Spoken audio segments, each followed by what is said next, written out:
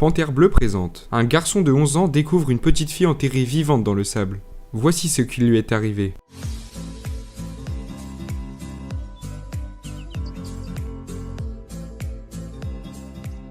Mais avant de commencer, rendez-nous un service et cliquez sur le bouton j'aime. Abonnez-vous aussi à notre chaîne et cliquez sur la notification pour être inspiré par ces histoires réconfortantes tous les jours. La plage était pendant longtemps associée à des vacances relaxantes, amusantes et paisibles. Pendant que le sable éclaboussait dans les vagues et les enfants construisaient des châteaux de sable, un jeune garçon qui passait une journée à la plage avec ses amis a fait une découverte choquante, qui a fait un grand impact dans le monde. C'était une journée ordinaire sur les plages de Californie, où de nombreux enfants sur la plage profitaient du soleil et du sable. Pour Connor Fitzgerald, 11 ans, qui jouait avec ses amis à la plage, lui et ses copains ont commencé par construire un château de sable, puis le détruisaient dans une bataille amicale pendant cette journée pleine d'imagination et de liaison, quand plus tard dans la matinée, les garçons continuent à creuser plus profondément dans le sable.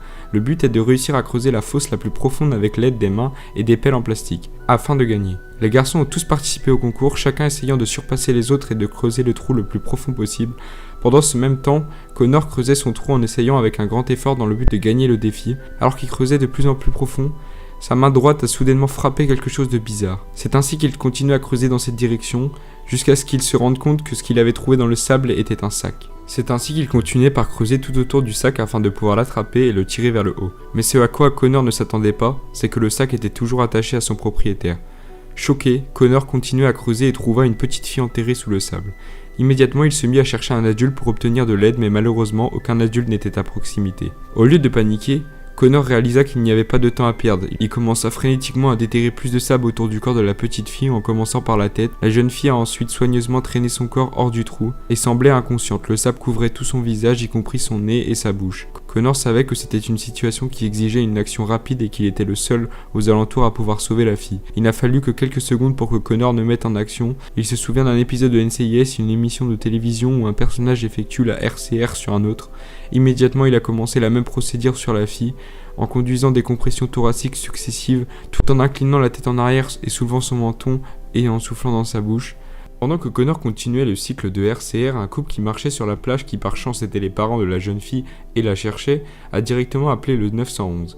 Ils ont ensuite été informés que les ambulanciers paramédicaux étaient en route pour aider leur fille, Alyssa Boston, 5 ans, qui elle se tenait debout près d'une grotte de sable qui s'est effondrée soudainement. Elle a été traînée sous le sable et coincée pendant des minutes avec le poids du sable la poussant vers le bas, la laissant incapable de bouger. Elle était entre les mains d'un garçon de 11 ans qui l'a accidentellement retrouvée peu de temps après qu'elle soit tombée sous le sable. Tout dépendait de Connor pendant ces quelques instants, les ambulanciers ne pouvaient pas arriver assez rapidement pour sauver la petite fille. Malgré qu'il était perturbé par cette situation qui aurait fait paniquer la plupart des adultes, il continue à pratiquer la RCR sur Alyssa sans renoncer à espérer. Alors que le groupe d'adultes et les enfants s'étaient rassemblés non loin de lui et pleurnichaient, les parents d'Alyssa étaient morts d'inquiétude. Quand brusquement Alyssa toussa, Connor stoppa la RCR et les ambulanciers arrivèrent sur les lieux. Ils se sont ensuite précipités vers la petite fille et l'ont amenée à l'hôpital. Les gestes de Connor ont sauvé la vie d'Alyssa, mais elle était restée 4 minutes sans respirer, ce qui aurait pu nuire à sa santé pour un long moment. Connor regardait l'ambulance filer et entendait les sirènes sonner. Ensuite, il est allé s'asseoir à la maison avec sa famille, attendant des nouvelles d'Alyssa.